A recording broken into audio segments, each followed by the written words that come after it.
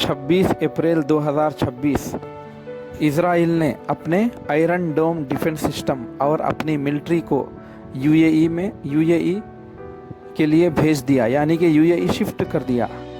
तो दोस्तों ये इसलिए हुआ कि जो है ईरान की तरफ से जो हमले आ रहे थे यूएई के ऊपर, यानी कि ड्रोन्स मिसाइल्स जो आ रहे थे उसको जो है रोका जाए, उसलिए जो है यूएई ने मदद मांगी, जिसके नतीजे पर इज़राइल ने अपने आयरन डोम डिफेंस सिस्टम और जो है अपनी मिलिट्री को यूएई रवाना कर दिया, यानी कि शिफ्ट कर दिया।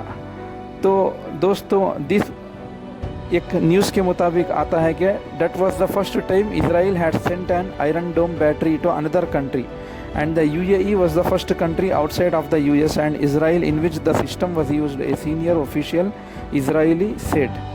तो दोस्तों ये पहली मर्तबा ऐसा हुआ है कि इज़राइल ने जो है अपना आयरन डोम डिफेंस सिस्टम और अपनी मिलिट्री जो है कोई कंट्री को अगर भेजा है तो ये पहली मर्तबा यूएई को भेजा है। तो ये उस वक्त हुआ जब यूएई के प्रेसिडेंट मोहम्मद बिन जायद ने जो है कॉल करके बेंजामिन नेतन्याहू से जो है मदद मांगी। उसके नतीजे में उन्होंने जो है अपना आयरन डोम डिफेंस सिस्टम और अपनी several dozens Israeli defence force operators, यानी कि उनका military, after a call with Emirati, ये बातचीत होने के बाद जो है इज़राइल ने जो है अपने इजरायली डिफेंस फोर्स ऑपरेटर्स और जो है आयरन डोम डिफेंस सिस्टम को जो है यूएई भेज दिया है, और जो है वो अभी operations as a carry on running चल रहा है। तो दोस्तों ये पहली मर्तबा ऐसा हुआ है दोस्तों जो कि पूरा the countries have been coordinate closely military and politically since the war began Israel and. तो यूएई की तरफ से जो है ये बयान आ रहा है और कईयों यूएई ऑफिशियल्स जो है कह रहे हैं कि जो है जब से ईरान का हमला हम पर हुआ है, Emirati official said war with Iran change the mindset of many people in the UAE. One official said anyone seen as helping protect the country against Iranian attacks will be seen in a positive way. तो दोस्तों UAE के एक official जो है कहते हैं कि हमारा जो है माइंड अब इस वक्त कंप्लीट बदल चुका है, ईरान के जो अटैक्स हो रहे हैं उसकी वजह से जो है हमने अपने जो है ख्यालात को तब्दील किया है, और जो है इज़राइल जो इस वक्त हमको मदद कर रहा है हम कभी भी नहीं भूलेंगे। ये यूएई के ऑफिशियल्स कहते हैं, कोई नॉर्मल नहीं बल्कि बड़े ऑफिशियल्स कहते हैं। तो दोस्तों क्या इस ऐसे जंग के माहौल में इज़राइल को जो है यूएई मिलाना क्या यह सही था?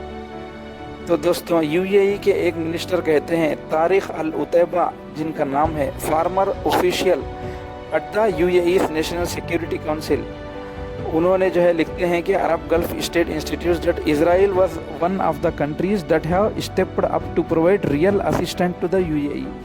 तो वो लिखते हैं कि इज़राइल एक ऐसी कंट्री है जो हमको मदद दी है, जो हकीकी मदद जो है यानी कि सही मदद जो है हमारे लिए की है, बोल के जो है तारिक अल उतैबा जिनका नाम है वो लिखते हैं।